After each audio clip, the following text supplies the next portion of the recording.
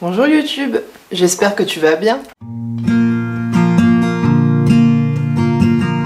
Aujourd'hui, on va parler de mes tatouages. En fait, vous êtes très nombreux à m'avoir demandé de faire une vidéo sur mes tatouages. J'ai refusé pendant un petit moment parce que c'est quand même très personnel comme chose, vous voyez, même si c'est sur mon corps et que je l'expose, c'est très personnel.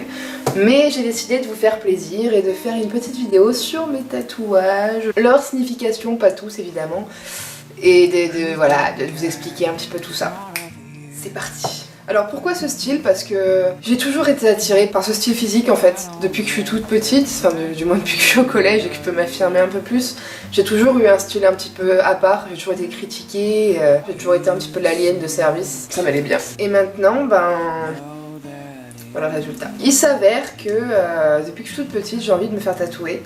C'est quelque chose qui m'a toujours beaucoup attirée, beaucoup plu, parce que je trouve ça toujours magnifique, tous ces dessins sur le corps, j'adorais ça. Et lorsque j'étais à The Voice, mon tatoueur actuel, Tony, que vous allez très bientôt voir dans des petits vlogs sympas, que je ne connaissais pas à l'époque, j'avais que 15 ans quand j'ai fait The Voice, 15-16 ans, m'a écrit en me disant « Écoute Cécilia, je suis tatoueur de Saint-Paul, si t'arrives loin dans l'émission, je t'offre un tatouage. » Ah bon? Bah ouais, j'ai adoré cette idée. Je suis allée loin, bah pas pour lui, mais je suis allée plutôt loin dans l'aventure. Et quand je suis sortie, j'ai fait mon premier tatouage. Mon premier tatouage, c'était celui-là. Ça, la rose, enfin les trois roses là en couleur, avec le gousset et la phrase qui est écrite ici, qui dit « Artists never die », qui veut dire « Les artistes ne meurent jamais ». Tout d'abord parce que les artistes ne meurent jamais, je pense que c'est assez explicite. Étant artiste, j'estime que même quand un artiste meurt, son œuvre perdure dans le temps. Là, sur le petit gousset, il y a mon heure de naissance, donc c'est encore un truc assez significatif, qui est 11h45 et je suis née pour bouffer.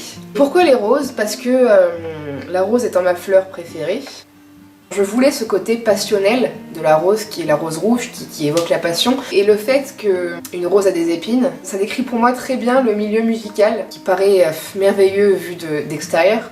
Et en fait, quand tu es dedans, tu te rends compte que en fait, c'est loin d'être merveilleux. C'est beau parce que c'est ta passion, oui, mais c'est très difficile, très difficile, parce que c'est vraiment un monde de requins, un monde de salauds, faut le dire. Et que du coup, je trouvais ça beau le fait d'exprimer la rose, la passion, la difficulté, les embûches, tout ça. Et je trouvais ça vraiment très bien. Donc c'est un tatouage qui a beaucoup d'importance pour moi. C'est le premier, donc du coup forcément c'est un gros truc. Mais il faut savoir que tous mes tatouages, avec cette tête de 2-3, sont mûrement réfléchis, ont une grosse signification. Et du coup, c'est des choses que je ne peux pas regretter. J'ai fait des tatouages avec des amis et tout, et je pars du principe que je ne peux pas regretter ces tatouages, même si je n'ai plus de contact avec ces personnes, parce que c'est quelque chose qui fait partie de ma vie, c'est quelque chose qui fait partie de moi, qui fait partie de mon vécu, et je ne peux pas renier ce que j'ai vécu au moment où je l'ai vécu. Donc, j'estime que je ne peux pas regretter un tatouage. Au pire des cas, ce qui peut se passer, c'est que je peux le trouver moins à mon goût avec le temps qui passe, parce que l'esthétique me plaira peut-être moins, mais en termes de regret du tatouage en lui-même, c'est pas possible. Pour moi, ceux qui regrettent, c'est des gens qui sont pas sûrs d'eux à la base, qui n'ont peut-être pas cette mentalité de vie. En tout cas, pour moi, c'est pas possible. C'est maintenant 5 ans, presque 6, que je suis tatouée, et je regrette rien, même si c'est encore récent, parce que je l'ai vécu, parce que ça a fait ce que je suis à un moment dans ma vie, tout simplement. Ensuite, j'ai fait ce tatouage, qui est le papillon. Pourquoi le sphinx, tête de mort? Parce que pour moi c'était une belle représentation physique de l'espoir, de la renaissance, mais encore une fois du côté sombre qu'il y a pas loin. Pour moi le papillon, il prend son envol, c'est énormément d'espoir, mais en même temps le papillon ça vit pas longtemps, c'est la fragilité. Le sphinx, tête de mort, parce que il y a la mort pas loin, même si elle a la vie. La mort peut être là à chaque moment, chaque instant. Je peux mourir maintenant d'une crise cardiaque, je peux mourir en sortant de chez moi écrasé par une voiture. Tout est sur un fil tout le temps. Et pour moi, c'était la belle représentation de ce papillon. Et du coup, cet endroit, parce que c'est l'endroit le plus visible, et que je me rappelle tous les jours de ça. En parallèle, c'est un petit peu lié à ma philosophie de vie, qui est que nous devons faire comme si chaque jour était le dernier, comme si tout allait être terminé ce soir, demain, parce qu'on n'a qu'une vie et qu'on peut pas vivre avec des regrets. On peut pas vivre avec des choses qu'on aurait voulu faire mais qu'on n'a pas pu faire parce que on s'en est empêché, parce qu'en fait on est notre seul frein, seule personne qui... d'accord. La seule personne qui nous empêche de faire des choses, c'est nous-mêmes, et du coup je trouve que tout ça va très bien ensemble. Ensuite il y a celui-ci où il y a écrit Alive, qui veut dire en vie. Et pour ceux qui ont vu ma vidéo sur la dépression, vous savez très bien ce que ça signifie a priori, quelle importance ce tatouage a pour moi. J'ai trop côtoyé la mort dans ma vie, je la côtoie encore au quotidien. Mais oui, je ne suis pas sortie de ma maladie. Et C'est par période, c'est des hauts, des downs, des bas, des trucs comme ça.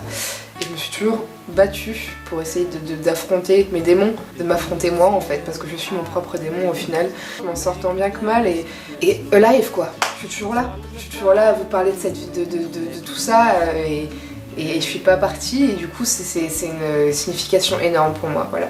Ensuite, j'ai décidé de combler ce chest par d'autres roses qui sont là et là.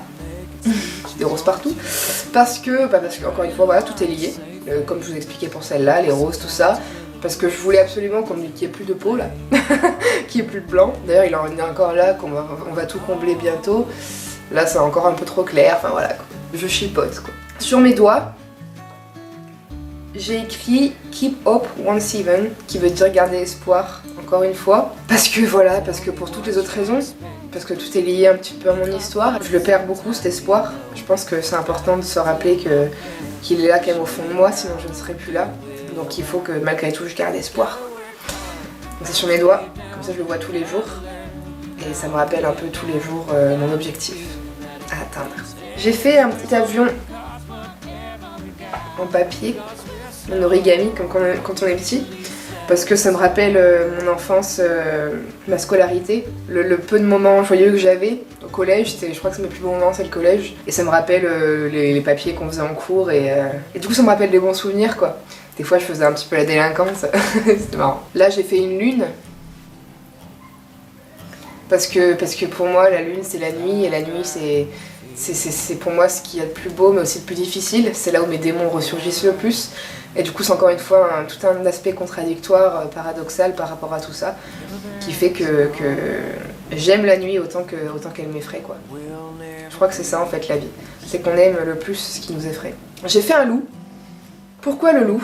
Dans le monde des animaux totems, le loup ça représente l'appétit de liberté, ça représente un sentiment de menace constant, le manque de confiance en vous et du coup en autrui forcément. Ça représente aussi la connexion profonde avec son propre instinct. Le loup c'est vraiment un animal qui me fascine depuis toujours. J'ai toujours adoré ça, je trouve ça absolument merveilleux. Et c'était pour toutes ces raisons, pour du coup ce que ça évoque et pour l'animal en lui-même que j'ai voulu le faire. Alors ce bras,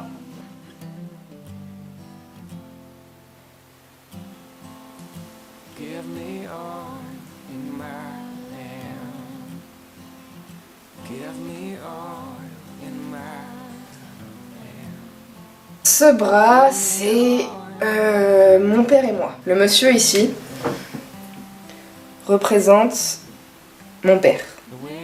Cette dame, ça me représente moi. Bon, je suis pas rose, je sais, mais c'est pas grave. Nous avons des masques, tous les deux, pour représenter le fait qu'on cache les apparences.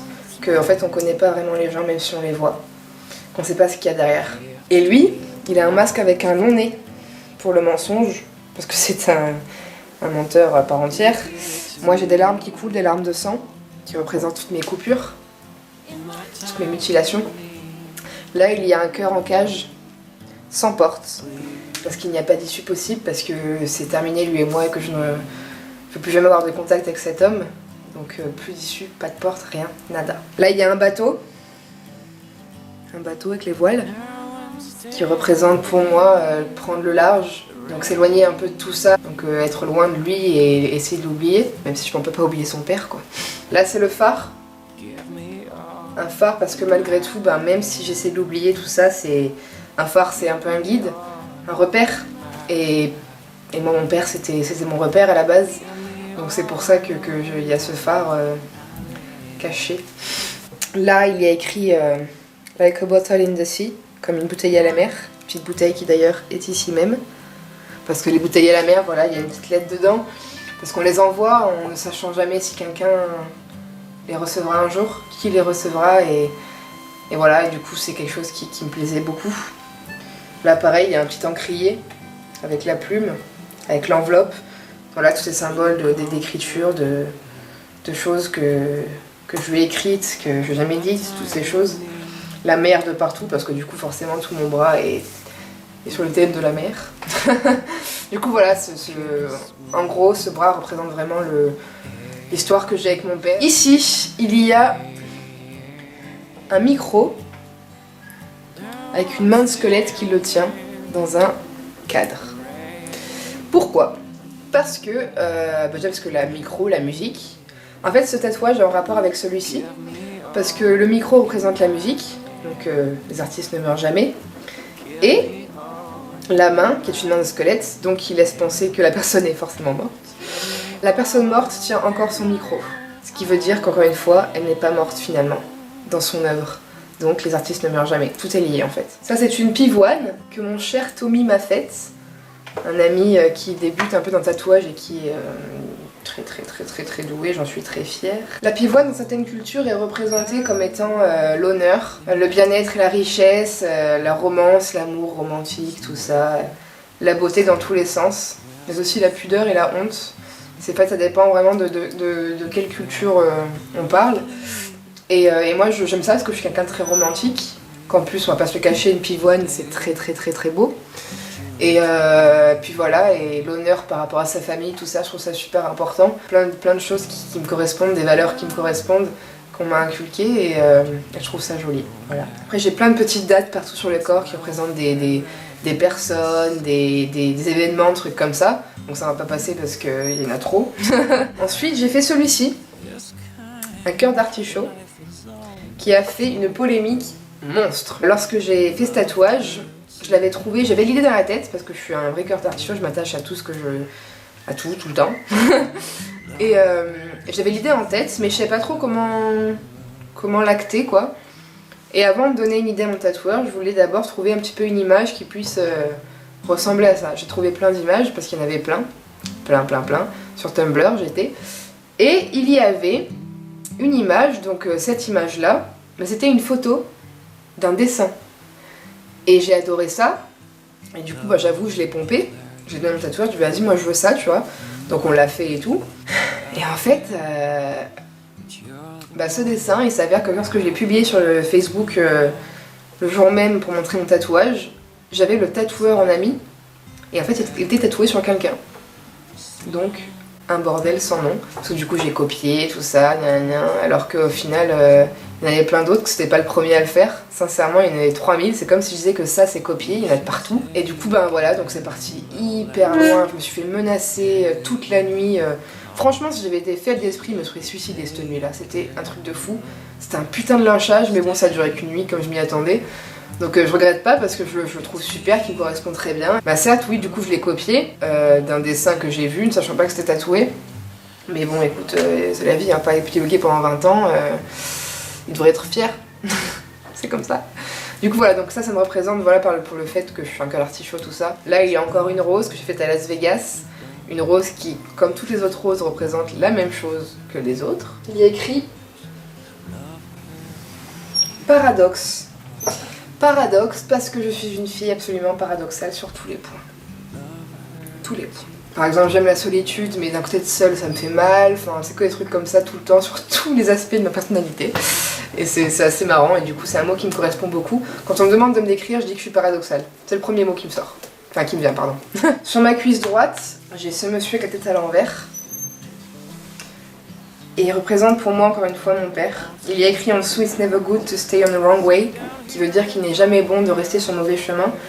Tête à l'envers, ça désigne en fait l'alcool ou les drogues, le fait que quand tu prennes quelque chose, tu te retrouves plus toi-même. Du coup voilà, ça représente vraiment ça, tout cet aspect-là. J'ai un chat avec une main d'humain dans la bouche, avec écrit en anglais « Et si l'injustice était inversée ?» Ce chat a les yeux très noirs, avec des ailes dans le dos. En fait, c'est un démon qui bouffe un humain, et je trouvais ça bien par rapport au fait que nous humains bouffons des animaux. C'est très paradoxal encore une fois parce que je suis absolument pour la cause animale, mais je ne suis pas végane, végétarienne, végétalienne, ni rien du tout.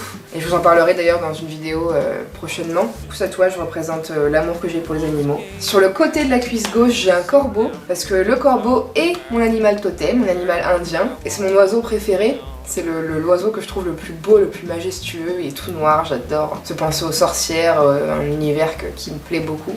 Du coup voilà, donc j'ai ce petit oiseau sur le côté de la cuisse. À l'arrière des cuisses, il y a écrit « Never judge », qui veut dire ne jamais juger. J'ai never sur une cuisse et judge de l'autre. Parce qu'on peut pas juger quelqu'un qu'on connaît pas sur ce qu'on voit, parce qu'on sait pas ce qu'il vit. On n'a jamais mis ses chaussures pour vivre ce qu'il a vécu. Et même s'il m'arrive de le faire, et encore c'est pas juger, c'est critiquer.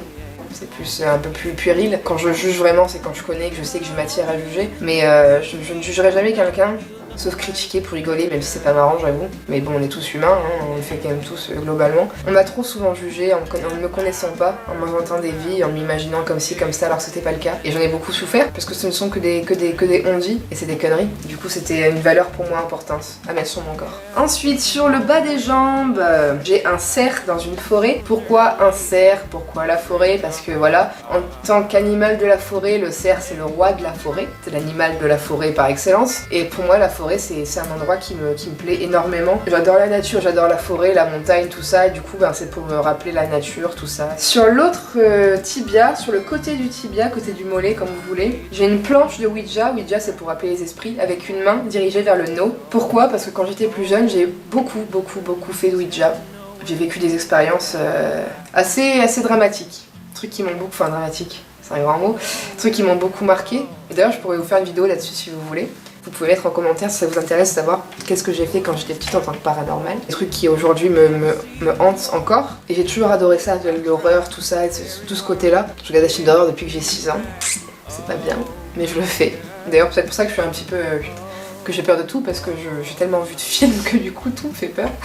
Mais du coup voilà pourquoi cette planche de Ouija est dirigée vers le no, parce que non, faut pas le faire quoi. Finalement, je regrette pas, encore une fois je ne regrette rien, je vous l'ai déjà dit. Mais si je devais le refaire, je pense que je le referais pas parce que... Enfin si, je le referais parce que ça a fait qui je suis aujourd'hui. Dans une autre vie, je ne le referais pas parce que c'est trop dangereux, que ça aurait pu être bien plus grave que tout ça. Et sur le devant de la cuisse, j'ai une dame que Romain m'a tatoué, qui est un super tatoueur de Bordeaux, je crois, que j'ai vu en convention.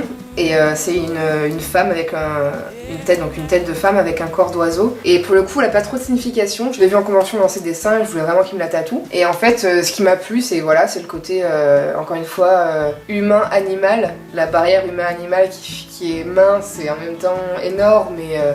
Et le fait que je me sens si proche des animaux, voilà, pour le coup, ouais, c'est à moitié l'un, à moitié l'autre. Et puis elle a un peu un visage très sombre, un peu un visage de sorcière. Et du coup, j'ai beaucoup aimé ça, voilà, c'est tout. Sur le bas du ventre, j'ai tout un ornement de fleurs que Marlon de Lyon m'a fait, qui est un putain de tatoueur, lui, c'est un truc de ouf. C'était une de mes meilleures séances. Pourquoi des fleurs? Parce que, bah voilà, parce que... Il n'y a pas trop de signification en fait, c'est juste que ma saison préférée, qui n'existe plus vraiment d'ailleurs, est le printemps, parce que c'est absolument magnifique, le printemps et l'automne, les fleurs qui poussent, comme si le monde renaissait en fait, je trouve ça absolument génial. Et c'est pour ça que j'ai fait toutes ces fleurs, parce que je suis absolument dingue des fleurs et que voilà, c'est un petit peu une renaissance, un renouveau et je trouve ça beau. Et là en dessous j'ai un crâne que Jessica m'a fait de Lyon aussi. Pour vous dire la vérité, je sais même plus quel animal c'est. Mais voilà, la signification encore, ça serait que le côté animal, le côté mort, le mélange des deux, un petit peu comme la musique, le fait que ça meurt pas, pour moi c'est un peu pareil quoi. L'animal, même s'il est plus là, il vit encore dans nos esprits, dans nos cœurs et c'est pour ça que je l'ai fait. Je vous ai pas dit le plus important pour moi. Vous savez, je me suis beaucoup mutilée. J'avais les bras complètement des morts. Là, ça ne se voit quasiment plus grâce au tatouage. Et j'ai récemment, enfin, comblé ces cicatrices que l'on ne voit presque plus. C'est pas fini, hein, il y a juste ces tracés. Je vais finir ça très prochainement. Là, je vous ferai un vlog sur la séance tatou. En fait, c'est le tatouage qui me touche le plus. Faut pas que je chiale. Parce qu'il a beaucoup de sens, c'est celui qui a le plus de sens pour moi en fait. Parce qu'il y a toutes mes cicatrices en dessous, toutes mes douleurs, toutes mes souffrances, tous mes démons. Enfin tous, j'aimerais bien. Et là on voit pas le dessin pour l'instant, on se rend pas compte parce qu'il y a que des tracés, sauf une fleur en couleur, mais en fait ce tatouage c'est mon rêve absolu de vie. Tu as un petit chalet en bois avec le lac, toute la forêt autour et la montagne qui surplombe le tout quoi. Ornée de fleurs encore une fois, parce que les fleurs c'est ce que je préfère. Du coup voilà, donc c'est vraiment mon rêve de vie et je trouve que c'est un beau symbole de mettre son rêve de vie sur des cicatrices qui vous ont brisé. Je trouve ça beau. Donc voilà pourquoi j'ai fait ce tatouage. J'ai hâte de le finir. J'ai vraiment hâte de le finir parce que je pense que ça va être un soulagement énorme quand il sera vraiment terminé. Et quand j'aurai plus tout ça en tête quoi. Enfin, quand je l'aurai plus. Quand je l'aurai moins. Quand je verrai moins ça quoi. Voilà, je crois que je vous ai un petit peu globalement tout dit. C'est loin d'être terminé. Je compte me faire tatouer encore plein de choses. Je compte avoir quasiment tout le corps. C'est mon histoire et c'est ce que j'aime et c'est ce que je suis et je trouve ça merveilleux. Et les tatouages m'ont vraiment aidé à accepter mon corps davantage, à apprendre à m'aimer un peu plus, à cacher certains défauts et du coup à accepter plus ce que je suis, ce que je reflète dans le miroir quoi. Quant au piercing, bah il n'y a pas du tout de signification quoi. C'est juste que mes écarteurs, j'ai commencé à 12 ans et ma mère les a découverts, je suis cachée derrière mes cheveux, j'étais petit à l'époque, elle les a découverts un jour où je vomissais, j'étais malade et qu'elle me tenait les cheveux et là elle me dit Cécilia c'est quoi ça tu veux pas qu'on en parle à un autre moment, là je suis en train de gerber en fait. Du coup c'est comme ça qu'elle a découvert. Donc à l'époque ça y est c'était petit, maintenant si elle fait, hein, pas trop le choix de toute façon. Pas trop les cacher là. J'ai commencé par ce piercing là, c'est mon premier piercing à 13 ans. Pour le coup c'était pas voulu, sincèrement ma mère m'a jamais cru mais c'était vrai, c'était pas voulu.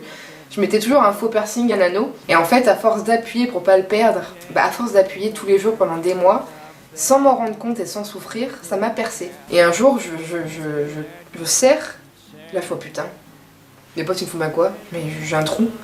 Et j'ai passé une barre, effectivement j'avais un trou. Ma mère m'a jamais cru, mais c'était vrai. Troisième, parce qu'on a commencé ça comme un piercing, hein. Donc là 2. Le troisième piercing que j'ai fait, le septum, donc celui-ci, venez. J'ai fait ce piercing à Lyon, dans une rame de métro, par un mec que je connaissais pas, j'ai acheté un cathéter en pharmacie, donc à ne pas reproduire, c'est quand même très dangereux, je suis très formelle là-dessus. Il faut absolument que vous alliez voir un vrai perceur, ne prenez pas en compte ce que je vais dire, c'est mon histoire, ça aurait pu être très très dangereux, sincèrement. J'ai acheté un cathéter dans une pharmacie, le mec m'a percé parce qu'il avait fait une petite formation qui s'y connaissait, sinon il l'aurait pas fait, c'est trop dangereux. Conclusion, c'est horrible parce que j'ai fait un malaise, parce que c'était pendant la Gay Pride à Lyon. Il faisait 40 degrés en plein juin, 40 000 personnes, j'avais pas mangé, bref, dans le métro et je commençais à pisser le sang, ça faisait mal. Et du coup je fais un malaise, c'était très douloureux et à refaire, c'est le seul piercing que je ne referai pas avec le Venom. Mais que par contre c'est mon préféré, si je devais en garder qu'un, ça serait celui-là. Le quatrième piercing c'était celui-ci. Le deuxième de l'autre côté, donc le snake bite. Et je l'ai fait en soirée, quand je buvais un peu en soirée à l'époque. Bon ça arrive encore de temps en temps mais c'est beaucoup plus rare. J'étais complètement bourrée, il était 3h du matin. Et pareil, une pote à moi qui avait une formation de perceuse m'a dit vas-y je te perce de côté et tout. Vas-y go. J'ai fait beaucoup de conneries en fait en tant que piercing quoi. Je regarde pas, hein, je les adore mais je veux dire ça aurait pu être, tout aurait pu être dangereux quoi. Après j'ai fait les tétons, les 2 tétons. C'était une dame, une meuf qui m'avait percé et j'avais quel âge, j'avais 15 ans je crois. Et j'avais pas le droit en fait de me faire percer sans avis parental. Et du coup c'est la mère d'une amie qui était super cool qui fait passer pour ma mère et qui m'a accompagnée, j'étais à Chalon-sur-Saône à l'époque, qui m'a accompagnée pour me faire percer quoi. Donc elle a dit que c'était ma mère, elle a signé et tout, c'était pas vrai du tout. Et j'ai absolument rien senti en fait, c'était la fille me parlait, fait c'est bon Sophie? Bah oui. Ah. Mes petits piercings je les kiffe aussi, ça m'a appris à aimer plus ma poitrine qu'avant, même si c'est toujours compliqué mais à l'accepter davantage. Tout comme les tatouages, les piercings m'aident à aimer des parties de mon corps. Mon nez je l'aimais pas parce qu'il est un petit peu en trompette. Et maintenant je l'aime plus parce que j'ai ce piercing quoi. Quand je l'enlève c'est complètement différent. J'ai fait le tragus, enfin les 2 tragus, ceux qui sont ici. Qui m'ont fait mal. Le cartilage ça fait mal. Et d'ailleurs à l'avenir j'aimerais bien avoir toutes les oreilles percées. Genre là au milieu, tout le contour et tout. Mais j'avoue que les oreilles, moi les piercings, à part les écarteurs, les piercings aux oreilles ça me fait un peu mal. Après j'ai fait mon piercing au nombril, enfin mes piercings au nombril, qui sont les 2 là, l'inversé et le normal, que j'ai hésité très longtemps à faire parce que j'avais très peur de la douleur, tout comme le Venom. Et finalement j'ai pas du tout eu mal et puis je les adore, ils sont géniaux. Et enfin j'ai fait le Venom.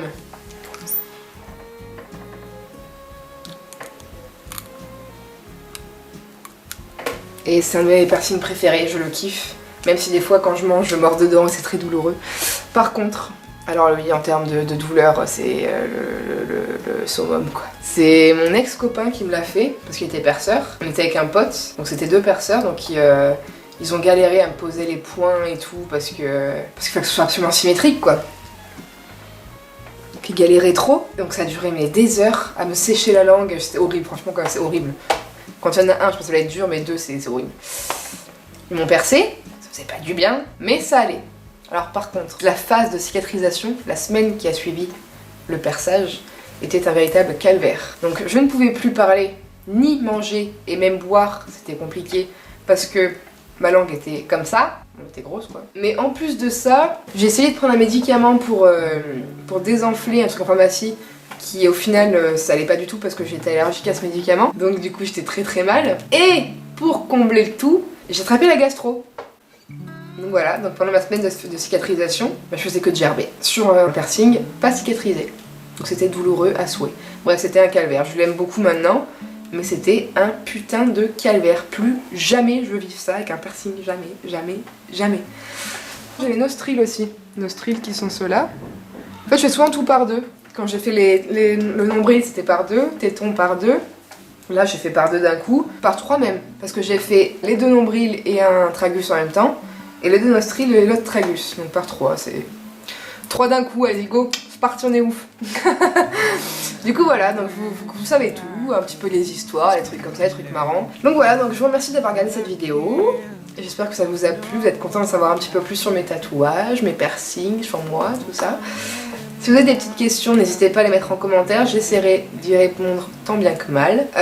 J'espère que ça vous a plu, que c'était pas trop long ou trop chiant, je sais pas. Je vous fais plein de gros bisous, merci d'être là encore une fois et je vous dis à très bientôt pour une prochaine vidéo.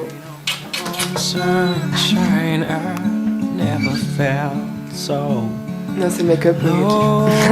Ciao.